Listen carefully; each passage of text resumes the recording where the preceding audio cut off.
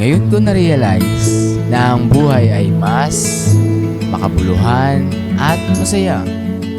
Lalo na kapag pinursu mo na yung mga bagay na magpapafulfill sa heart, sa soul, at magpaparamdam sa'yo na buhay ka.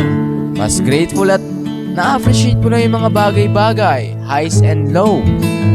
Kasi mas naiintindihan mo na yung kahalagahan ng struggle, pain, rejection, mistake, at mga challenges sa buhay natin.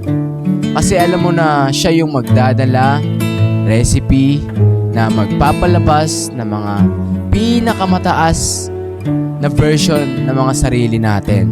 Kaya dahil dyan, mas komportable ka nang i-share yung mga ideas, thoughts, passion mo, yung mga flaws mo, at yung hindi mo pagiging perfecto. At dun tayo nagiging perfecto. Pinapakita lang natin kung sino talaga tayo, kung ano talaga tayo. Dahil dyan, mas natutunan mo nang mas tumingin sa panloob kaysa sa panlabas.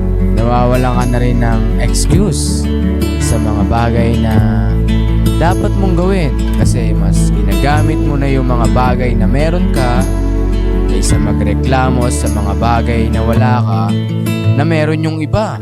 Dahilan kung bakit masaya ka sa ginagawa mo. Kasi mas natutunan mo ng mahalin ang proseso kaysa sa resulta. Mas nagtitiwala ka na kay Lord kaysa sa sarili mong abilidad.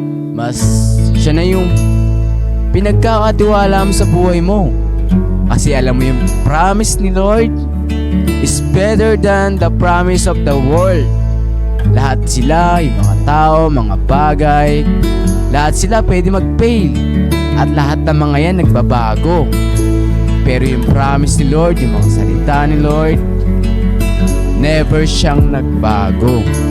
So kung may sasabihin man ako para sa aking future self, yun ay walang iba kundi mas i-priority mo pa si Lord sa buhay mo.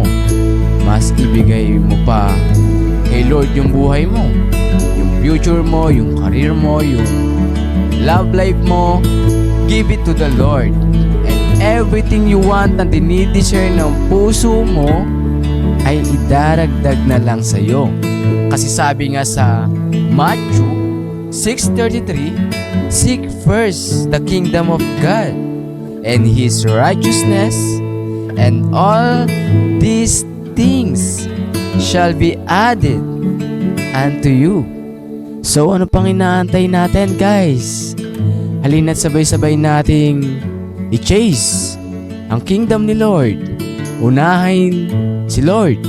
Isang tabi natin yung mga distraction, yung mga party, yung mga pansamantalang kaligayahan para sa ating pangmatagalang kaligayahan. Like, pursue our dreams na papa-proud sa mga sarili natin one day, and magpapa-proud din kay Lord dahil pinursu natin yung mga bagay na mahal natin gawin. Yung gift na binigay sa atin ni Lord, gamitin natin sa tama. Yung talent, yung skills, yung opportunity, and yung blessing ni Lord. Wow! God is so really